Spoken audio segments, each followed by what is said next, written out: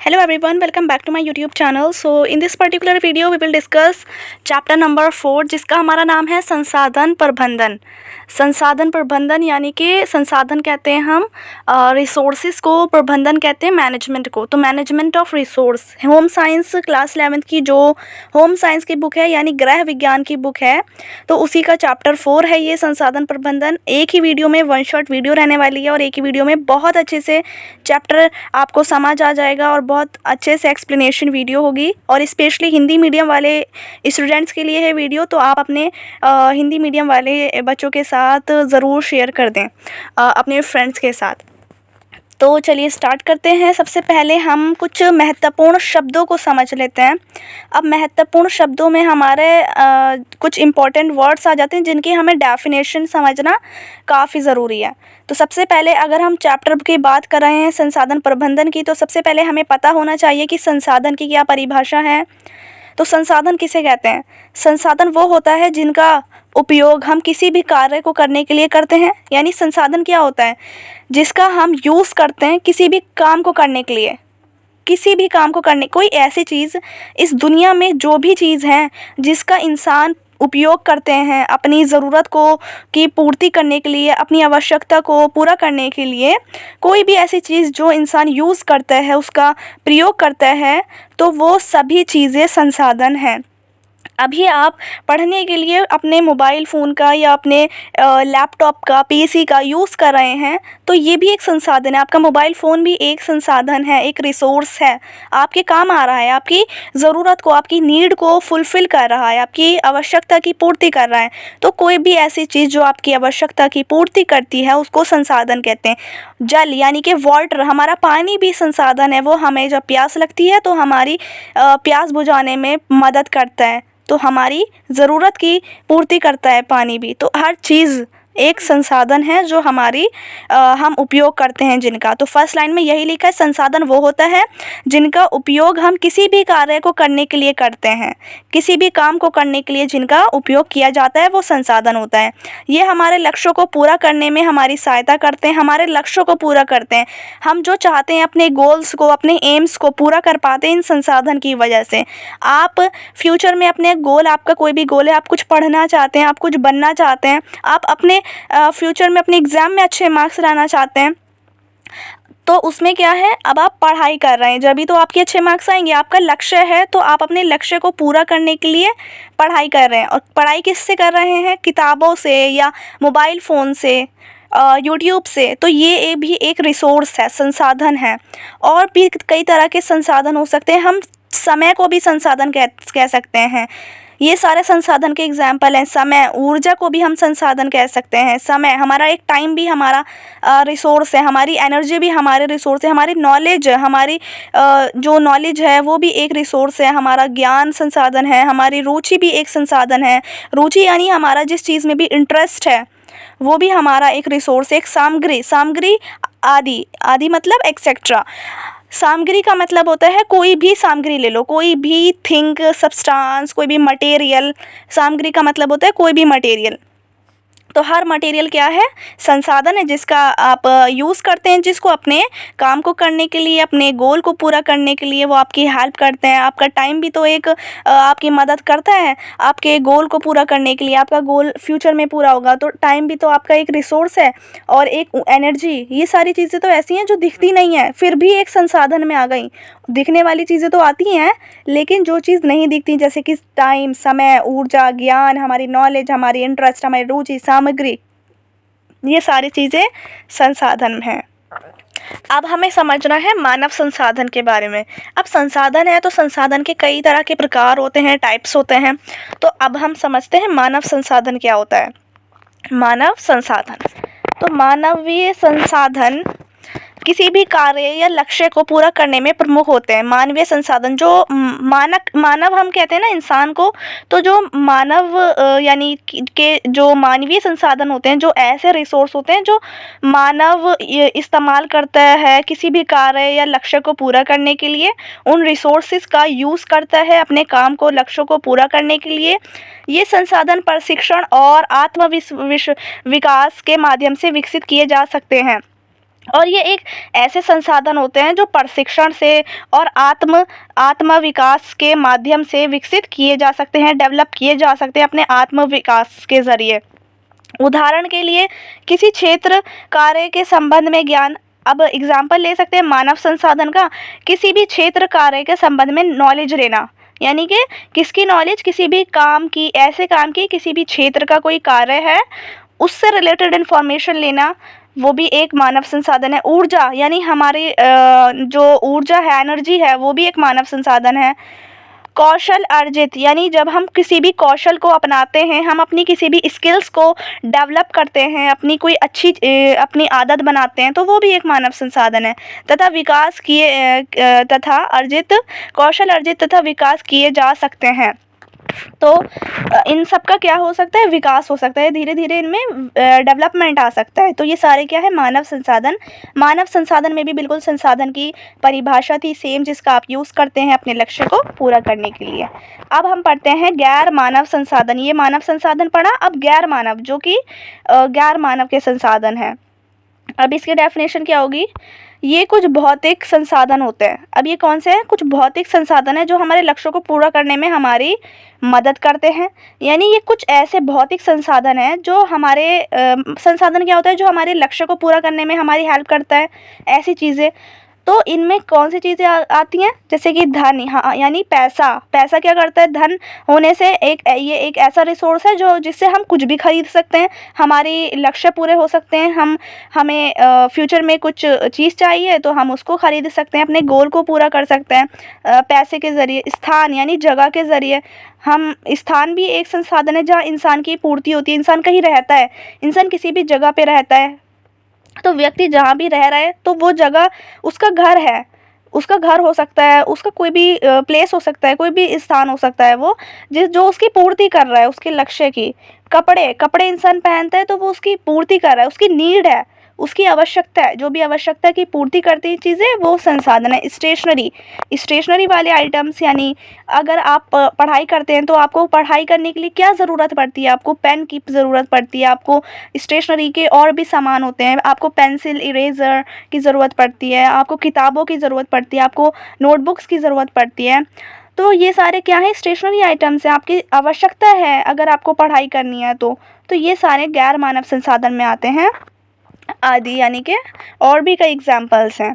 तो ये है गैर मानव संसाधन, जो कि आपके भौतिक संसाधन होते हैं, आपको दिखते हैं, और मानव संसाधन जो आपको दिखते नहीं हैं लेकिन आपकी ज़रूरत को पूरा करते हैं। जैसे कि आपकी एनर्जी होगी तभी आपकी ज़रूरतें पूरी हो पाएंगी, एनर्जी नहीं होगी तो फिर आपका शरीर इतनी अच्छी तरीके से काम नहीं कर सकता।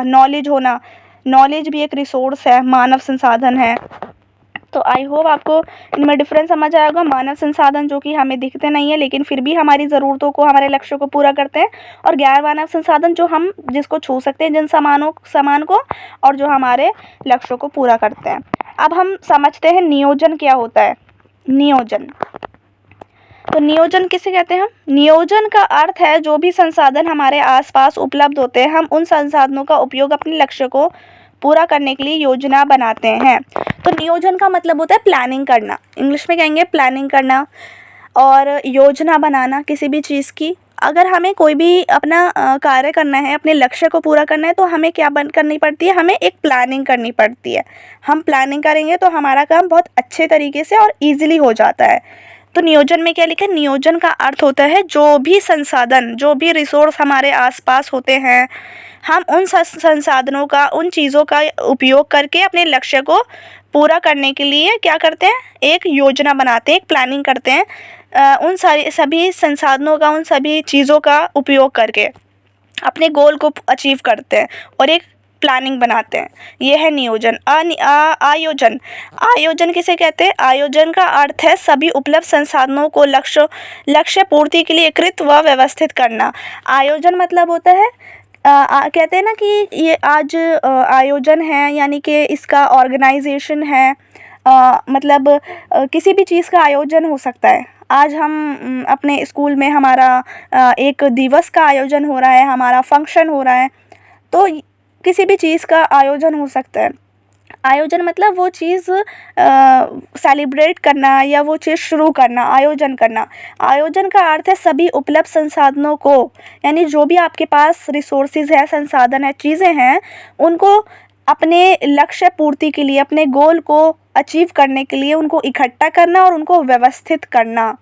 यानी सारी संसाधनों को एक तो इकट्ठा कर लेना, एकत्रित कर लेना और व्यवस्थित करना, यानी कि एक सिस्टमैटिक ऑर्डर से उसको व्यवस्थित करना। नेक्स्ट वर्ड है हमारा कार्यान्वयन। अब आपको समझना है कार्यान्वयन क्या होता है। तो कार्यान्वयन का अर्थ है जिस भी कार्य की योजना बनाई गई है उस कार्य का वास्तविकता में होना। कार्यान्वयन मतलब होता है किसी भी काम की अगर आपने प्लानिंग करी है, आपने योजना बनाई है किसी भी काम को करने की, कि हमें आप योजना बना सकते हैं अपने फ्यूचर में, जो भी आपका ड्रीम है, आपको जो भी पढ़ना है। जैसे कि अगर किसी को डॉक्टर बनना है या अगर किसी को टीचर बनना है, तो सबके अपनी अपनी अलग अलग प्लानिंग होगी। डॉक्टर बनना है तो वो सोचेगा पहले मैं 12th करूँ, 12th के बाद मैं नीट का एग्ज़ाम दूँ, MBBS करूँ, इस गवर्नमेंट कॉलेज से करूँ, प्राइवेट से करूँ, तो ये सारी वो प्लानिंग करेगा। अगर किसी को टीचर बनना है तो वो अपना कि मुझे इस सब्जेक्ट का टीचर बनना है, वो इस यूनिवर्सिटी से करना है और इस फील्ड में काम करना है, PhD करनी है। तो ये सारी चीज़ें जो भी किसी भी इंसान का गोल है, व्यक्ति का, वो अपनी एक प्लानिंग करता है। तो उस प्लानिंग को, जो भी प्लानिंग करी गई है, उस कार्य का वास्तविकता में होना, यानी वास्तविकता का मतलब होता है रियलिटी में होना। ये नहीं है कि प्लानिंग करके छोड़ दी, प्लानिंग करके उस प्लानिंग पर काम करना और अपने गोल को अचीव करना, अपने जो भी कार्य की आपने योजना बनाई है उस कार्य का वास्तविकता में होना, रियलिटी में होना, ये होता है कार्यान्वयन। अब हम समझेंगे नियंत्रण क्या होता है। नियंत्रण एक वर्ड है, नियंत्रण के बारे में जानना ज़रूरी है। नियंत्रण का अर्थ है किसी भी कार्य को करते वक्त उस कार्य में निगरानी रखना। अब तो नियंत्रण का मतलब क्या हुआ कि नियंत्रण बनाना, किसी भी काम को अगर आप कर रहे हैं तो उस कार्य को करते समय उस काम में एक निगरानी रखना।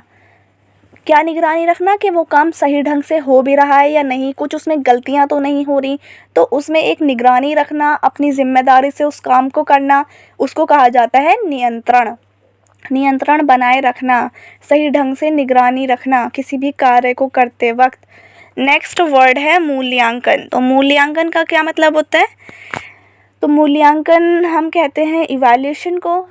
जब कोई भी लक्ष्य या कार्य पूर्ण हो जाता है, जब कोई भी हमारा गोल है या हमारा जो भी काम है वो पूरा हो जाता है, उससे प्राप्त परिणाम का मूल्यांकन किया जाता है।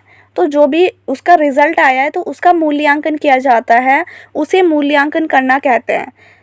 जब हम अपना गोल पूरा करना चाहते थे, कोई हमारा कार्य था, हम उसको कंप्लीट करना चाहते थे उस काम को, तो जब हमारा वो काम कंप्लीट हो गया है तो जो उससे रिज़ल्ट मिला है, चाहे वो रिज़ल्ट अच्छा हो, बुरा हो या कैसा भी रिज़ल्ट हो, जो भी हमें रिज़ल्ट मिला है उसको मूल्यांकन करना, उसका इवैल्यूएशन करना, उसे कहा जाता है मूल्यांकन।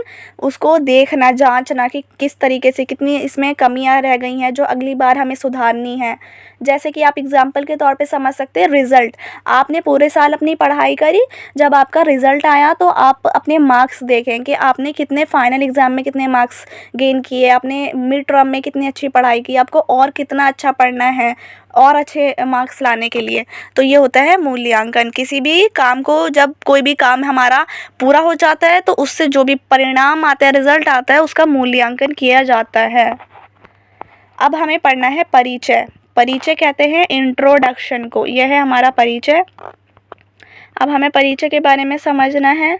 तो संसाधन की परिभाषा समझेंगे सबसे पहले। इसमें तो हमने ऊपर पढ़ी थी, फिर से दोबारा से देखते हैं। इसमें संसाधन की डेफिनेशन, रिसोर्सेज की डेफिनेशन। संसाधन वो होते हैं जिनका प्रयोग किसी भी कार्य या लक्ष्य को पूरा करने के लिए किया जाता है। हम समझ चुके हैं कि संसाधन क्या होते हैं, कोई भी ऐसी चीज़ जिनका हम यूज़ करते हैं अपने गोल को फुलफ़िल करने के लिए, अपने लक्ष्य को, अपने काम को पूर्ण करने के लिए उनका प्रयोग किया जाता है।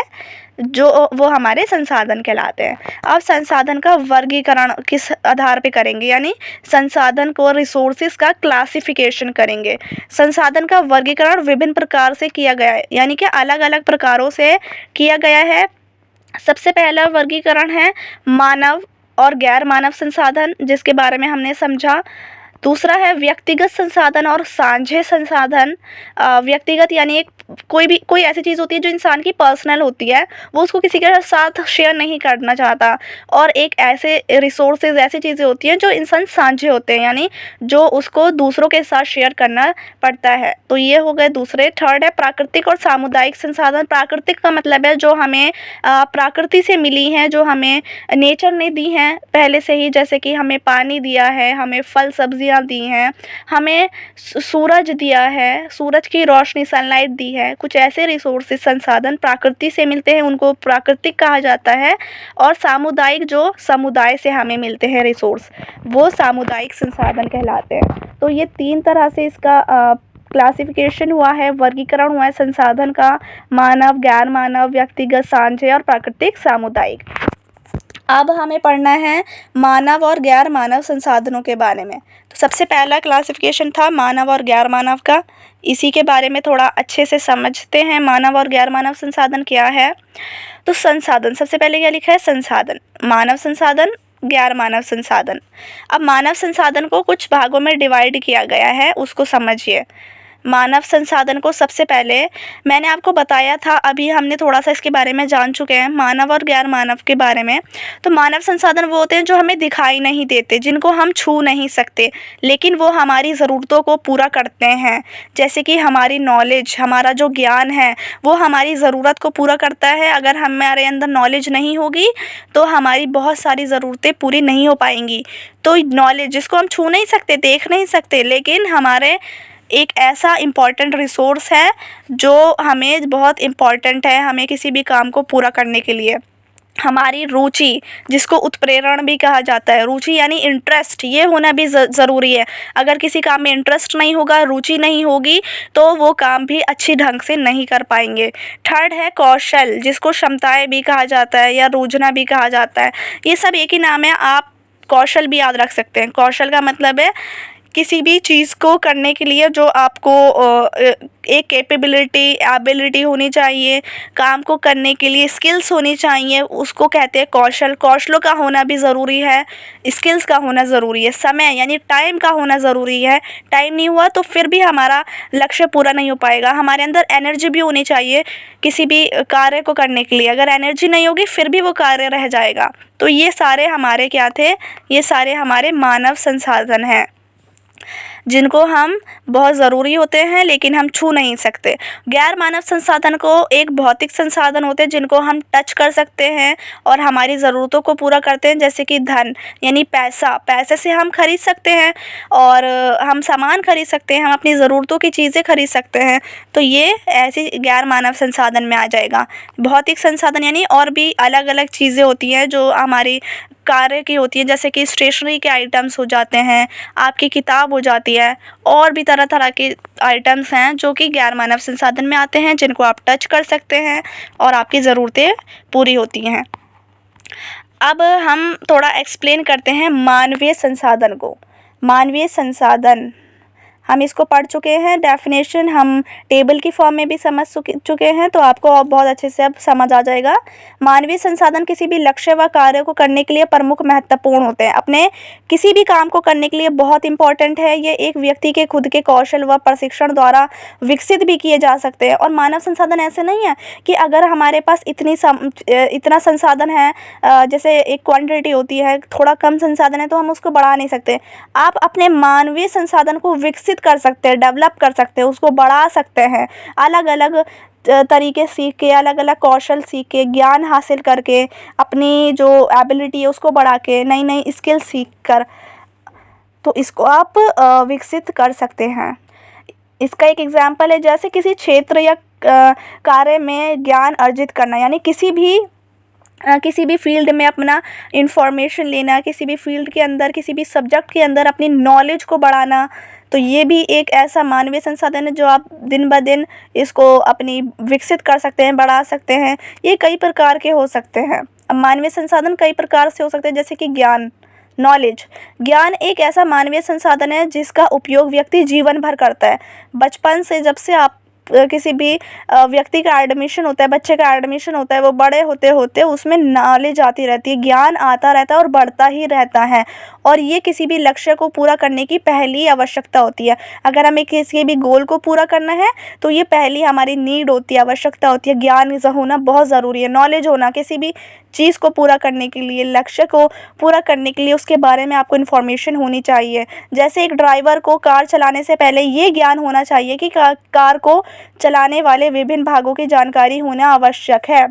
अगर किसी व्यक्ति का गोल है कि उसको एक ड्राइवर है, तो उसका गोल क्या होगा कि उसको कार चलानी है। वो ड्राइविंग करता है तो वो कार चलाना उसको आना चाहिए। तो एक ड्राइवर को कार चलाने से पहले ये ज्ञान होना बहुत ज़रूरी है कि कार को चलाने वाले अलग अलग भागों की जानकारी होना, कि कार किस तरीके से चलती है, आपको ब्रेक कहाँ से देने हैं, आप कहाँ से कार को मोड़ेंगे कहाँ से, उसका आप को अगर ब्रेक देने हैं, अचानक से कोई सामने आ जाए तो आप ब्रेक किस तरीके से देंगे।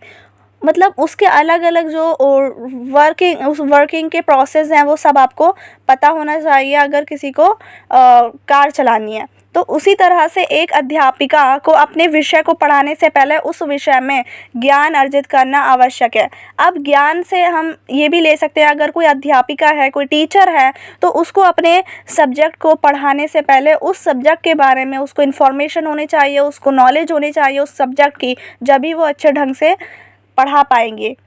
तो ये था इन्फॉर्मेशन का, नॉलेज का, ज्ञान का मतलब कि ज्ञान हमें कहाँ कहाँ काम आता है, और ज्ञान हमें हर जगह काम आता है। ज्ञान बहुत ज़रूरी है। दूसरा हमारा मानवीय संसाधन है रुचि। रुचि का मतलब होता है इंटरेस्ट, उत्प्रेरण। रुचि एक ऐसा मानवीय संसाधन है जो हमें जीवन में आगे बढ़ने में मदद करता है, यानी इंटरेस्ट हमारी मदद करता है। रुचि होने से व्यक्ति अपने लक्ष्यों को पहचान पाता है और उन्हें पूरा कर पाता है। हमारी जिस चीज़ में रुचि होती है तो वो हम अच्छे से कर पाते हैं। अगर किसी बच्चे की रुचि है सिंगिंग करने में, तो वो सिंगिंग बहुत अच्छा ढंग से कर पाएगा और वो कभी बोर नहीं होगा, क्योंकि उसमें उसकी रुचि है। अगर किसी की रुचि है पढ़ाई करने में, तो वो पढ़ाई करने में बोर नहीं होगा। अगर किसी की रुचि है डांसिंग स्किल्स उसकी अच्छी है, तो वो डांस करने में बोर नहीं होगा। तो सबकी अपने अपने इंटरेस्ट होते हैं, रुचियाँ होती हैं। जैसे यदि हम किसी कार्य को करने में इच्छुक नहीं है, यानी अगर हम ऐसा काम कर रहे हैं जिसमें हमारी इच्छा ही नहीं है, हम उसको करना ही नहीं चाहते, हमारी कोई रुचि नहीं है, इंटरेस्ट नहीं है उस काम में, फिर भी हम उसे करने के लिए संसाधन इकट्ठा करते हैं, उसके बाद भी हम उस कार्य को टालेंगे। यानी हम क्या करेंगे, अगर हमारा इंटरेस्ट नहीं होगा ना, तो हम उसको टालते रहेंगे। जैसे किसी बच्चे का पढ़ाई में मन नहीं होता तो वो क्या करता है, मैं कल पढ़ लूँगा, मैं परसों पढ़ लूँगा, तो वो अपने प्रोकास्टिनेट करता है। प्रोकास्टिनेशन की उसमें आदत आ जाती है, टालने लग जाता है अपने कार्य को। अगर हमारी उसमें रुचि नहीं होगी तब, अगर हमारी उसमें रुचि होगी तो वो कर लेगा, उसको इंटरेस्ट होगा। रुचि ना होने से बहुत ज़्यादा नुकसान भी हो जाता है, किसी काम को अच्छे ढंग से नहीं कर पाते। थर्ड हमारा मानवीय संसाधन है हमारी क्षमताएं, रुझान या कौशल कहते हैं स्किल्स को, हमारी स्किल्स। तो ये हमारा थर्ड है मानवीय संसाधन। कौशल एक ऐसा संसाधन है जो कि एक व्यक्ति को दूसरे व्यक्ति से भिन्न करता है। यानी किसी की दो व्यक्ति हैं तो किसी में अच्छे कौशल हो सकते हैं और किसी में कम कौशल हो सकते हैं। ज़रूरी नहीं कि सारे इंसानों में बिल्कुल एक ही जैसे ही कौशल होते हैं। कौशल का मतलब है कि उसमें कितनी स्किल्स हैं, वो कितना एक होनहार है, काम करने में उसकी कितनी कैपेबिलिटी है, वो कितने अच्छे ढंग से काम करता है, उसकी क्या क्या अच्छाइयाँ हैं, कौशल हैं उसके अंदर। किसी के अंदर कौशल होते हैं कि वो बहुत अच्छी पेंटिंग करता है, तो ऐसा नहीं है कि अगर एक इंसान पेंटर है तो दूसरा इंसान भी बहुत अच्छी पेंटिंग करता हो, ऐसा नहीं होता। भाई बहनों में एक बहुत अच्छी पेंटिंग करता है तो दूसरी नहीं कर सकता, दूसरा किसी और चीज़ में अच्छा हो सकता है। तो सबके अपने अपने कौशल होते हैं। सभी व्यक्ति सारे कार्यों को करने में कुशल नहीं होते। हर इंसान सारे कार्य नहीं कर सकता। कुछ इंसान अगर कोई कार्य कर रहा है, अगर कोई पेंटर है, तो दूसरा इंसान किसी और फील्ड में, साइंस की फील्ड में अच्छा हो सकता है, किसी और फील्ड में अच्छा हो सकता है, बल्कि अपनी रुचि के अनुसार किसी क्षेत्र में कौशल अर्जित करते हैं। यानी अगर कोई व्यक्ति है वो हर चीज़ में तो अच्छा नहीं हो सकता ना, हर चीज़ में कुशल नहीं हो सकता, तो वो अपने इंटरेस्ट के अकॉर्डिंग, अपने जो भी फील्ड है उसकी, उसमें वो अपनी कौशलों को बढ़ाता है, कौशलों को अर्जित करता है, अपनी स्किल्स को डेवलप करता है। जैसे कि अचार बनाने का कौशल है, किसी के अंदर ये होता है। किसी के अंदर पढ़ाने का कौशल होता है, यानी कि वो पढ़ा पाता है, और वो जब पढ़ाता है तो वो बहुत अच्छे से पढ़ाता है। वो किसी भी एक चीज़ को बहुत अच्छे से एक्सप्लेन कर सकता है लोगों में, लोग उसकी बात समझ सकते हैं। और कोई ऐसा होता है जो पढ़ाने में अच्छा नहीं होता, जिसकी बातों को लोग समझ नहीं पाते, ऐसे भी होता है। तो हर कोई अपना अपना अपनी अपनी चीज़ों में एक्सपर्ट होता है, और ऐसा नहीं है कि एक इंसान हर चीज़ में एक्सपर्ट हो। कोई नाचने का कौशल, यानी कोई डांसिंग में, नाचने में बहुत अच्छा होता है, वो बहुत अच्छे से उसमें टैलेंट होता है डांसिंग का, बल्कि उसकी सिस्टर में नहीं हो सकता। ऐसा होता है कई कई बहन भाइयों में। ज़रूरी नहीं कि सभी में सारे कौशल पाए जाएं। तो ये कौशल भी हमारी बहुत मदद करते हैं किसी भी काम को अच्छा से करने में। अब मानवीय संसाधन है फोर्थ, समय। समय क्या है? समय यानी टाइम। हमारा जो टाइम है, हमारा जो वक्त है, वो बहुत कीमती है, और ये भी एक मानवीय संसाधन है। समय एक ऐसा संसाधन है जो सभी को बराबर प्राप्त है, यानी सबको इक्वल मिलता है, ना कम ना ज़्यादा। ऐसा नहीं है कि किसी इंसान को दिन के 20 घंटे मिलते हैं और किसी को 24 मिलते हैं, नहीं, सबको इक्वल टाइम दिया जाता है। ये हम पर आधारित होता है, और ये हम पर आधारित होता है कि हम इस समय का किस प्रकार उपयोग करते हैं। हम समय को बर्बाद कर रहे हैं, वेस्ट कर रहे हैं, सोने में गुजार दे रहे हैं, या हम अपने समय को पढ़ाई लिखाई करके कुछ अच्छा अपना टैलेंट, अपने स्किल्स को, टैलेंट को डेवलप कर रहे हैं और बढ़ा रहे हैं, कुछ सीख रहे हैं नॉलेज को, ताकि हमारे फ्यूचर में काम आए। जैसे एक कक्षा में 20 बच्चे पढ़ रहे हैं, एक क्लास में 20 स्टूडेंट्स हैं। हर एक विषय में ज्ञान अर्जित करने के लिए हर एक बच्चे को समय अनुसार बांटा गया है, यानी हर बच्चे को समझ आ जाए टॉपिक, तो सबको बिल्कुल बराबर का समय दिया गया है। ये कक्षा में उपस्थित बच्चों पर निर्भर करता है कि वो उस उपलब्ध समय का किस प्रकार उपयोग करते हैं। अब वो उन पर डिपेंड करता है कि अगर कोई टीचर उनको चैप्टर एक्सप्लेन कर रहा है, तो वो कितना अपने समय को यूटिलाइज़ कर रहे हैं, अपने टाइम को यूटिलाइज़ कर रहे हैं, उससे फ़ायदा उठा रहे हैं, ताकि उनको वो टॉपिक अच्छे से समझ आ जाए और एग्ज़ाम में इतनी मेहनत ना करना पड़े। तो और कुछ बच्चे होते हैं जो सुन रहे होते हैं बहुत अच्छे से, उनको समझ आ रहा होता है, लेकिन वहीं कुछ बच्चे होते हैं जो अपने टाइम को वेस्ट कर देते हैं। उनको वहाँ टीचर क्या पढ़ा के गया, उनको कुछ भी समझ नहीं आता, तो उनका टाइम वेस्ट हो गया। और जो एक बार टाइम चला जाता है, फिर वो दोबारा लौट के नहीं आता। तो हमें एक एक अपने टाइम को यूटिलाइज़ करना चाहिए, फ़ायदा उठाना चाहिए। अब नेक्स्ट हमारा मानवीय संसाधन है ऊर्जा। ऊर्जा का मतलब होता है एनर्जी।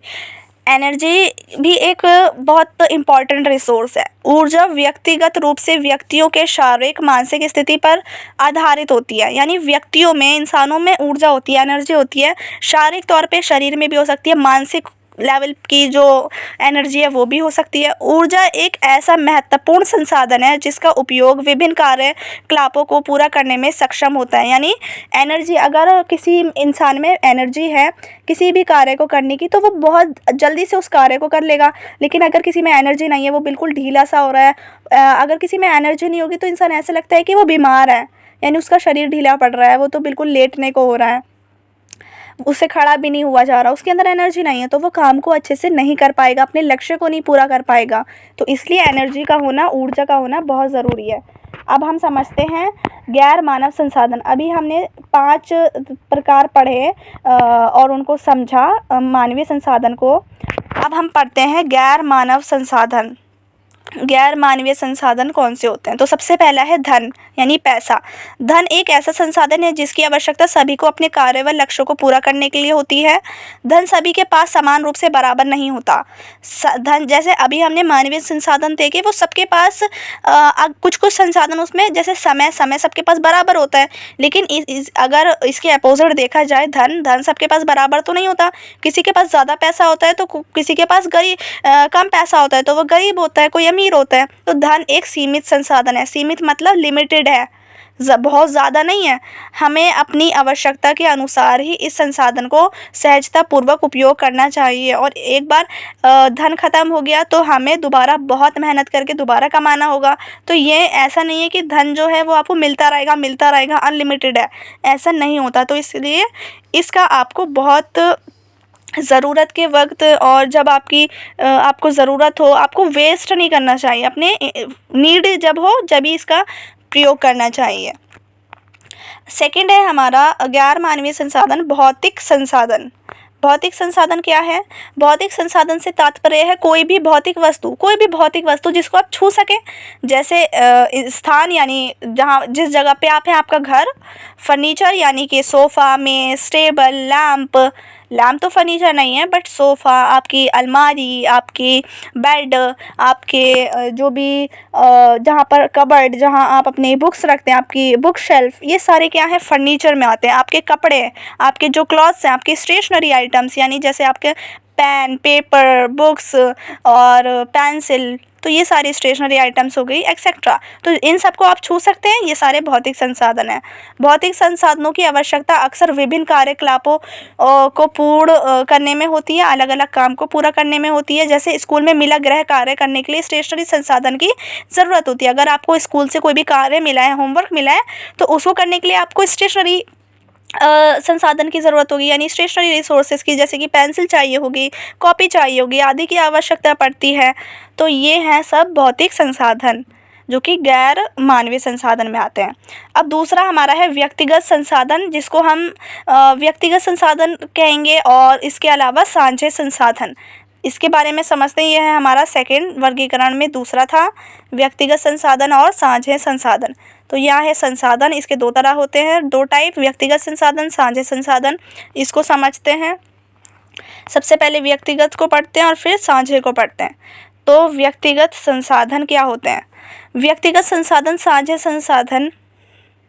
व्यक्तिगत संसाधन वो हैं जो एक व्यक्ति के खुद के जुड़े होते हैं, खुद से जुड़े होते हैं।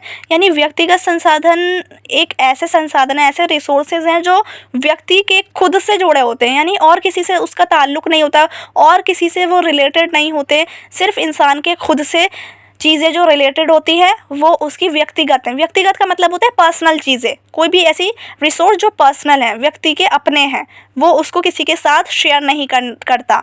जैसे कि मेरा बैग, मेरे कपड़े, यानी उसका खुद का बैग है, वो रोज़ाना किसी और को नहीं देता। उसके कपड़े हैं, वो उसके अपने पर्सनल क्लॉथ्स हैं। उसका घर है, मेरा घर, मेरी गाड़ी, यानी वो उसकी गाड़ी है, उसने खुद खरीदी है, आदि। ये सारी चीज़ें व्यक्तिगत संसाधन में आती हैं जो इंसान की अपनी होती हैं। ये मानवीय या गैर मानवीय संसाधन दोनों हो सकते हैं, और ये मानवीय भी हो सकते हैं और गैर मानवीय भी हो सकते हैं, इनमें कोई ऐसा नहीं है। अब दूसरा है टाइप साझे संसाधन।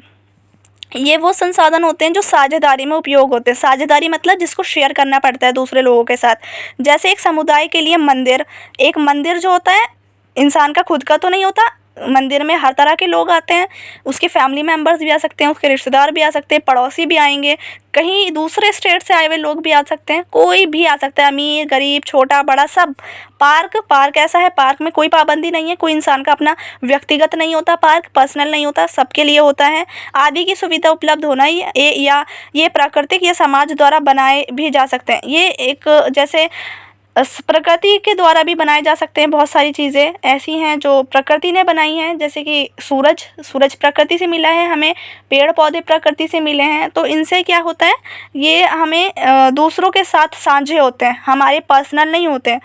और जैसे कि कोई कहे कि सूरज की रोशनी मेरी है, सिर्फ मैं लूँगा, ऐसा तो नहीं होता ना। सनलाइट कोई भी ले सकता है। और समाज के द्वारा बनाए गए, जैसे समाज में जो भी लोग रह रहे हैं, समाज ने, गवर्नमेंट ने बनाया है पार्क, तो कोई भी जा सकता है। मंदिर किसी गवर्नमेंट ने बनाया तो उसमें कोई भी जा सकता है, जिनका लाभ समाज के सभी व्यक्ति एक साझेदारी में कर सकते हैं। तो उसका लाभ, उसका फ़ायदा उठा सकते हैं समाज के, सोसाइटी के सभी व्यक्ति। तो ये थे हमारे व्यक्तिगत और साझे संसाधन। आई होप आप सबको समझ आया होगा। अब हमारा थर्ड जो वर्गीकरण था, क्लासिफिकेशन था, वो था प्राकृतिक संसाधन और सामुदायिक संसाधन। तो यहाँ भी एक टेबल की फॉर्म में है। संसाधन के दो प्रकार, प्राकृतिक संसाधन और सामुदायिक संसाधन। अब इनको थोड़ा सा एक्सप्लेनेशन पढ़ लेते हैं। प्राकृतिक संसाधन क्या होते हैं?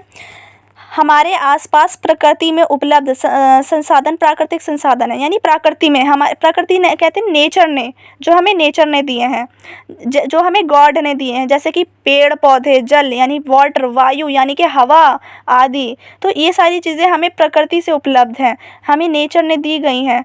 ये सभी ये साधन सभी मनुष्य के लिए समान रूप से उपलब्ध होते हैं।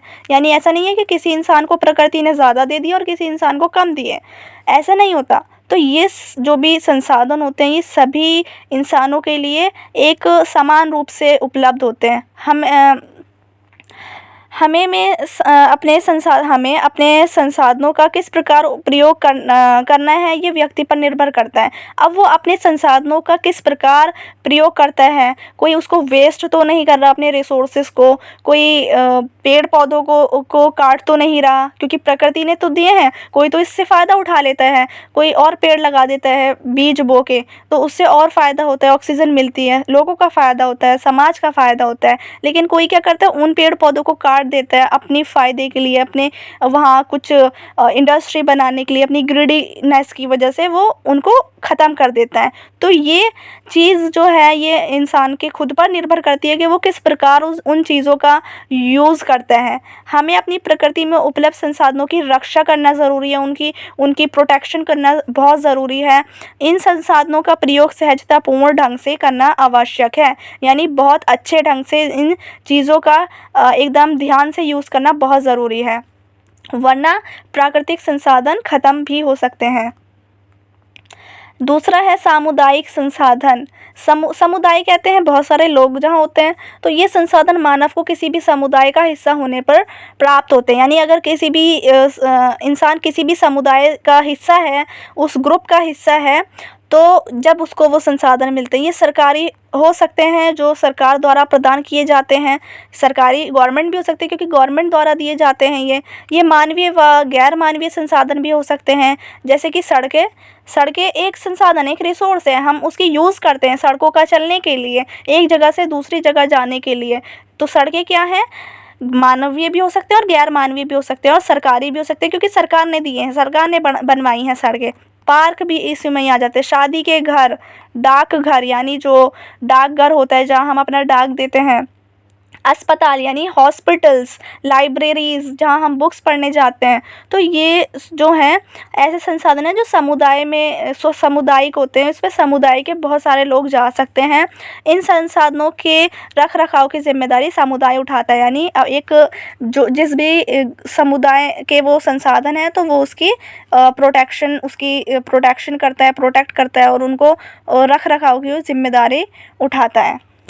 तो ये थे सामुदायिक संसाधन। अब हमें पढ़ना है संसाधन की विशेषताएं। अब संसाधन की क्या क्या विशेषताएं होती हैं, क्या क्वालिटीज़ होती हैं रिसोर्सेज की, इसको समझते हैं। तो इसको जल्दी जल्दी देखते हैं, वीडियो लॉन्ग हो रही है। संसाधनों की विशेषताएं, जैसा कि आपने देखा हमारे संसाधन कई वर्गों में वर्गीकृत हैं, लेकिन इन संसाधनों में समानताएं भी पाई जाती हैं। संसाधनों की अपनी विशेषताएं होती हैं। तो पहली विशेषता में आप लिख सकते हैं उपयोगिता।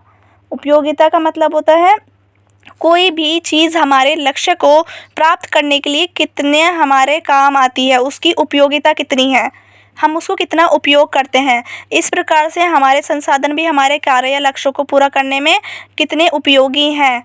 हम अपने लक्ष्यों को पूरा करने के लिए संसाधनों का चयन करते हैं। ये संसाधन कितने उपयोगी हैं ये हमारे कार्य व लक्ष्य पर निर्भर करता है। जैसा कि एक समुदाय में एक पार्क की सुविधा वहाँ रह रहे सभी व्यक्तियों को दी गई है, लेकिन उस पार्क का उपयोग कौन सा व्यक्ति किस प्रकार करता है ये उस पर निर्भर करता है। हो सकता है कोई व्यक्ति इतनी अच्छी तरीके से जो पार्क है उसका उपयोग करे, वो रोज़ाना पार्क में जाए और अपनी सेहत बनाए और एक्सरसाइज करे वहाँ जाके और सनलाइट ले वहाँ से, तो उसकी हेल्थ अच्छी रहेगी।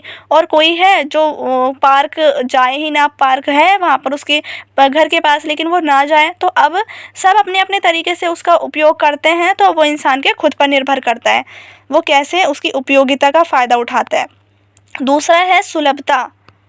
सुलभता का अर्थ होता है किस प्रकार से कोई भी संसाधन आसानी से उपलब्ध हो। सुलभता यानी ईजिली अवेलेबल हो कोई भी रिसोर्स। ये संसाधन किसी व्यक्ति की अपेक्षा किसी को बड़ी सुलभता से उपलब्ध होते हैं, यानी किसी को बहुत ईजिली अवेलेबल हो जाते हैं कोई चीज़ें, और किसी को बहुत मतलब बहुत प्रयास करना पड़ता है, बहुत मेहनत करनी पड़ती है वो लेने के लिए। तो वहीं दूसरी तरफ ये संसाधन किसी को कठिनाई व किसी को सरलता से उपलब्ध होते हैं, किसी को कठिनाई से और किसी को बहुत सरलता से उपलब्ध होते हैं।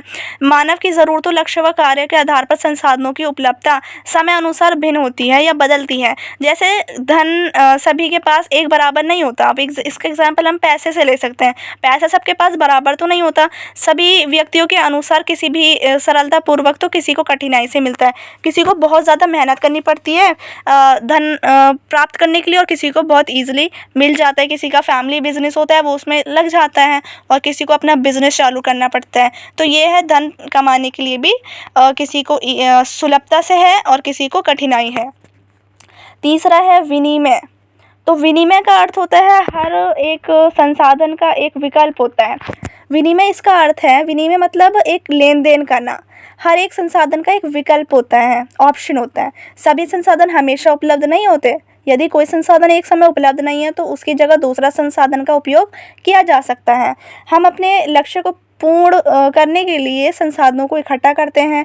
अगर कोई संसाधन हमारे पास नहीं है तो उसकी जगह पे हम कोई और विकल्प का चुन के अपने लक्ष्य को पूरा कर सकते हैं। यानी कोई चीज़ हमारे पास अगर अवेलेबल नहीं है उस टाइम, तो हम दूसरी चीज़ों को उसके बदले में चुन लें और अपने लक्ष्य को पूरा कर लें। जैसे कि अगर हमें कहीं जाना है तो वह जाने के लिए अगर अब अपनी कार या साधन उपलब्ध नहीं है, हमारी कार हमारे पास नहीं है, तो हम किसी भी यातायात के ज़रिए या और कोई साधनों को चुनकर अपने कार्य को पूरा कर सकते हैं। हम बस से या अपनी किसी भी और जो कोई भी हमारे पास व्हीकल्स है, बाइक के ज़रिए, स्कूटी के ज़रिए, बस, ट्रेन, एरोप्लेन, हमारे पास और भी बहुत सारी चीज़ें हैं जिससे हम एक जगह से दूसरी जगह जा सकते हैं और अपने काम को पूरा कर सकते हैं। तो ये है वनियमित।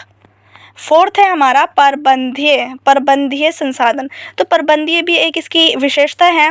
प्रबंधीय होते हैं संसाधन, प्रबंध होते हैं, यानी एक हम कह सकते हैं कार्य को पूरा करने के लिए आवश्यक होते हैं। किसी भी जो प्रबंधीय संसाधन होते हैं वो अपने लक्ष्य को, कार्य को पूरा करने के लिए ज़रूरी होते हैं, आवश्यक होते हैं। और हम ये भी जानते हैं कि हमारे संसाधन सीमित हैं, यानी ऐसा नहीं है कि हमारे पास संसाधन है, कोई चीज़ है तो वो हमेशा के लिए ज़िंदगी भर है और कभी ख़त्म नहीं होगी। वो ख़त्म भी हो सकते हैं, लिमिटेड होते हैं। इन संसाधनों का प्रबंधन करना आवश्यक है, जिसमें हम संसाधनों का सही उपयोग करके अधिक से अधिक लाभ उठा सकें। यानी एक प्रबंधनीय कहते हैं एक मैनेजमेंट होना, हमें मैनेज करना पड़ेगा, हम सही ढंग से उसका उपयोग करें ताकि हम उसका अधिक से अधिक लाभ उठा सकें। जैसे कि एक घर में जितनी ज़रूरी है उतनी ही बिजली का उपयोग करना, ना कि सारी बिजली का दुरुपयोग करना। ऐसे तो बिजली ख़त्म हो जाएगी। तो इसमें क्या होगा, बिजली हमें कोई भी चीज़ फ्यूचर के लिए, फ्यूचर जनरेशन के लिए, आने वाली पीढ़ियों के लिए भी सोचनी चाहिए और उनके लिए भी बचानी चाहिए। हम इस सारी चीज़ को ख़त्म ना कर दें। तो एक घर में जितनी बिजली की ज़रूरत है उतना का ही प्रयोग करें, ज़्यादा उसको बिजली को दुरुपयोग ना करें। तो ये सारे इसके क्या थे, विशेषताएं थी। अब हम बात करते हैं संसाधन का प्रबंधन, यानी संसाधन का मैनेजमेंट, रिसोर्सेज का मैनेजमेंट करना। तो संसाधन का प्रबंधन, इसमें क्या लिखा है इसको समझते हैं। सभी संसाधन सीमित होते हैं। हमें अपने लक्ष्य और उद्देश्यों को शीघ्र और दक्षता से पाने के लिए इन संसाधनों का सही तरीके से उपयोग करना आवश्यक होता है। संसाधनों का दुरुपयोग ना हो, इसलिए इसके लिए प्रभावी प्रबंधन की आवश्यकता होती है। प्रभावी प्रबंधन यानी एक प्रबंध लगा देना, एक रोक लगाना। प्रभावी प्रबंधन, मैनेजमेंट करना बहुत अच्छे तरीके से। संसाधनों के प्रबंधन का अर्थ होता है जो भी संसाधन हमारे आसपास होते हैं हम उनका सही प्रकार से उपयोग करें। जैसे कि धन का उपयोग कुछ लोग सही तरीके से करते हैं, उसकी सारणी बनाकर बजटिंग करके बजट बनाते हैं। वहीं दूसरे कुछ व्यक्ति होते हैं जो बिना सोचे समझे ही धन को खर्च करके उसका दुरुपयोग करते हैं। तो ये हमारे ऊपर है कि हम किस प्रकार से अपने संसाधनों का प्रबंधन करते हैं। प्रबंधन की प्रक्रिया, तो प्रबंधन प्रक्रिया के 5 चरण होते हैं। अगर आपको प्रबंधन करना है तो उसके 5 चरण हैं। सबसे पहला होता है नियोजन, दूसरा है आयोजन, कार्यान्वयन, नियंत्रण और मूल्यांकन। इसके बारे में हमने स्टार्टिंग में समझा था थोड़ा थोड़ा। तो नियोजन क्या है? प्लानिंग बनाना। अभी मैं यहाँ पर बहुत ज़्यादा डिस्क्राइब नहीं कर रही हूँ, आपको ऊपर से बता रही हूँ, हमारा लास्ट टॉपिक है तो आप इसको पढ़ सकते हैं। यहाँ पर किसी भी प्रबंधन में क्या होते हैं, अगर उसके 5 चरण में बात करें प्रबंधन के, तो सबसे पहला नियोजन है यानी कि प्लानिंग बनाना। हम कौन सा कार्य कर रहे हैं उसकी प्लानिंग बनाना और सही ढंग से योजना बना के कार्य करना। दूसरा होता है नियोजन के चरण। नियोजन का मतलब होता है, नियोजन के निम्नलिखित चरण हैं जो कि आयोजन की बुनियाद भी कहलाते हैं। किसी भी नियोजन के बाद अभी हमने यहाँ पर पढ़ा, सबसे पहले नियोजन और दूसरा है आयोजन। तो नियोजन के चरण निम्नलिखित हैं जो कि आयोजन की बुनियाद भी कहते हैं इनको। समस्या को पहचानना, विभिन्न विकल्पों को पहचानना और उसमें से उचित विकल्प का चयन करना, योजना पर कार्य करना, योजना को कार्यान्वित करना और परिणाम को स्वीकार करना। अब यहाँ एक एग्जाम्पल दे रखा है, आप इसको समझ सकते हैं।